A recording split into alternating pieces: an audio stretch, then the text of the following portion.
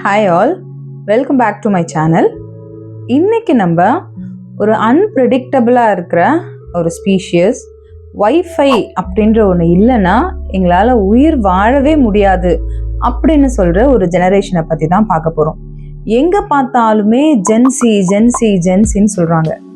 Gen Z kids யாரு தாங்க அந்த ஜென்சி? ஜென்சின்னா என்ன? ஜென்சியால் நம்மளுக்கு என்ன? ஏன் அந்த ஜென்சியை இவ்வளோ ஒரு ஸ்பெசிஃபிக்காக எல்லாரும் சொல்லிக்கிட்டே இருக்காங்க? இதை பற்றின கம்ப்ளீட் டீட்டெயில்ஸ் தான் இந்த வீடியோவில் நம்ம இன்னைக்கு பார்க்க போகிறோம்.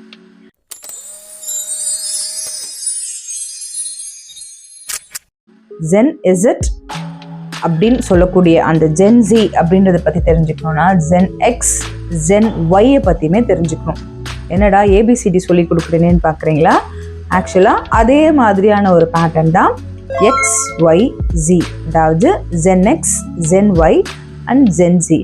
இந்த மூணுத்தையும் பற்றி தெரிஞ்சுப்போமா? ஃபஸ்ட்டு இந்த Gen X அப்படின்றவங்க 1965 ஒரு 1985 அப்படி அந்த ஒரு கேப்பில் பிறந்தவங்க தான். கிட்டத்தட்ட நம்மளோட அம்மா அப்பா பர்த் ஆன அந்த ஒரு ஜெனரேஷன் தான் இந்த Gen X அப்படின்னு சொல்லக்கூடியவங்க. ஸோ அந்த ஸ்டேஜில் தான் பார்த்தீங்கன்னா ஒரு டெக்னாலஜி அப்படின்றத ஒன்று கேட்க ஆரம்பித்தாங்க. பார்க்கவே அப்போ தான் எங்கோ ஒரு இடத்துல ஆரம்பித்தாங்க. அதாவது ஒரு லேண்ட்லைன் ஃபோன் ஆகட்டும், இல்லை ரேடியோ, டெலிவிஷன்லாம் ஒரு ஸ்ட்ரீட்டுக்கு ஒரு டெலிவிஷன் தான் இருக்கும். யார் வீட்லையாச்சும் எல்லாரும் போய் கேதர் ஆகிட்டு தான் பார்ப்பாங்க அப்படின்லாம் சொல்லுவாங்க இல்லையா? ஸோ அந்த ஜெனரேஷன் தான் Gen X அப்படின்னு சொல்லக்கூடிய ஜெனரேஷன்.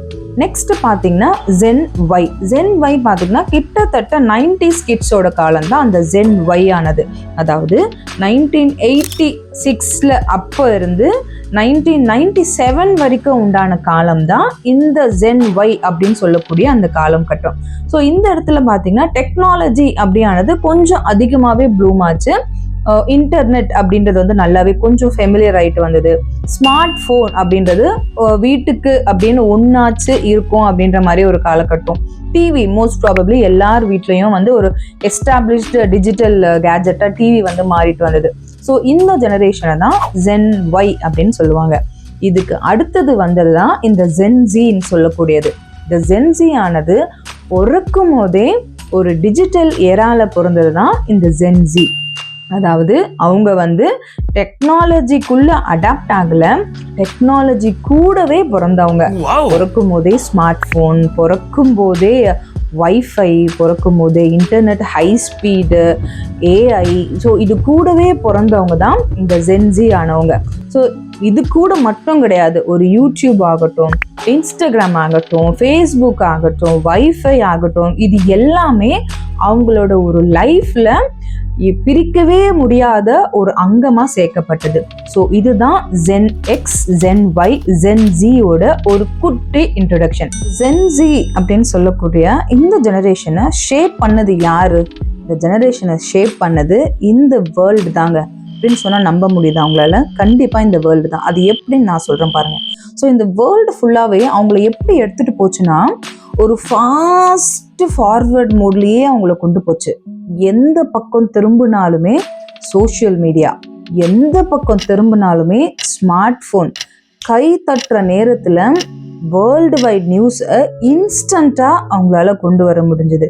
எவ்வளோ பெரிய ஒரு பிரச்சனை இருந்தாலும் AI மூலியமா ஃப்ராக்ஷன் ஆஃப் செகண்டில் சொல்யூஷனை எடுத்துகிட்டு நிறுத்துறாங்க.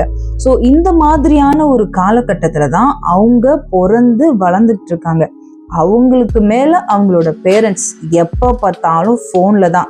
வாட்ஸ்அப்போட மெசேஜை அப்படியே ஃபார்வர்ட் பண்ணி அனுப்புறதுல, வாட்ஸ்அப்போட இமேஜஸை ஃபார்வர்ட் பண்ணி அனுப்புறதுல பேரண்ட்ஸுமே பயங்கர கில்லாடியாக இருக்காங்க.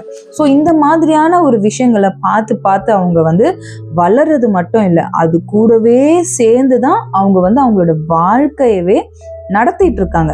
இந்த Gen Z அப்படின்னு சொல்றவங்க கிட்ட நீங்க பழைய காலத்தோட ஐட்டம்ல ஏதாச்சும் காமிச்சு பாருங்களேன். ஜஸ்ட் ஒரு ஃப்ளாப்பி டிஸ்கை காமிச்சு பாருங்க, இதெல்லாம் சேவ் பண்ற ஐக்கானா அப்படின்னு சொல்லிட்டு கேட்பாங்க. ஏன்னா அதெல்லாம் உங்களுக்கு சுத்தமா தெரியவே தெரியாது. க்ரோர்ஸ்ல சம்பாதிக்கிற இன்ஃப்ளூயன்சரை பற்றி கேட்டு பாருங்க, ஃபிங்கர் டிப்பில் அவங்க வச்சுப்பாங்க. ஏன்னா ஜென்சி வந்து அதை நோக்கி தான் போயிட்டு இருக்கு. அவங்களுக்கு வந்து 9 to 5 அப்படின்னு ஒர்க் பண்ணுற ஜாப் தேவையில்லைங்க. அவங்களுக்கு இன்ஸ்டண்ட்டாக அவங்களுக்கு மாறிட்டே இருக்கணும். நம்ம நிற்கிற மாதிரி ஒரு ஃபோட்டோவுக்கு வந்து நின்று அழகாக கையை கட்டி காலை நிமித்தி ஃபோர்ஸ் கொடுக்கணும்னு அவங்களுக்கு அவசியமே கிடையாது. ஒரு பூ எடுத்து முன்னாடி வச்சுட்டு பிளர்ரான ஒரு ஃபோட்டோ, அதுதான் ஜென்சியோட அப்டேட்டுன்னு கிடையாது. அதுதான் அவங்களோட ஸ்டைலே. பாதி ஃபேஸ் தான் தெரியுமே, மீதி ஃபேஸ் தெரியவே தெரியாது, ஃபேஸே தெரியாது. பிளர்ரா ஒரு செல்ஃபி எடுப்பாங்க, அதுக்கு அவ்வளோ ஒரு லைக்ஸு, அவ்வளோ ஒரு ஷேர் வரும். அதுதான் அந்த ஜெனரேஷன். பழைய ஜெனரேஷன் மாதிரி 90s கிட்ஸ் மாதிரி ஒரே பாட்டு போட்டு அதுக்கு ஒரே போஸ்ட் கொடுத்து அடுத்தடுத்து போஸ்ட் போட்டுட்டு இருக்க மாட்டாங்க. நீங்க ஜென்சியோட இன்ஸ்டாலாம் எடுத்து பாருங்க பார்ப்போம். ஃபேஸே தெரியாம இருக்கிறது தான் ஜென்சியோட ட்ரெண்டே, ஜென்சியோட ஸ்டைலும் கூட. மெயினாக இந்த ஜென்சி அப்படின்றவங்க இந்த 9 to 5 அப்படின்ற ஒரு ஜாப் ஸ்டைலுக்கு ஃபிட்டே ஆக மாட்டாங்க.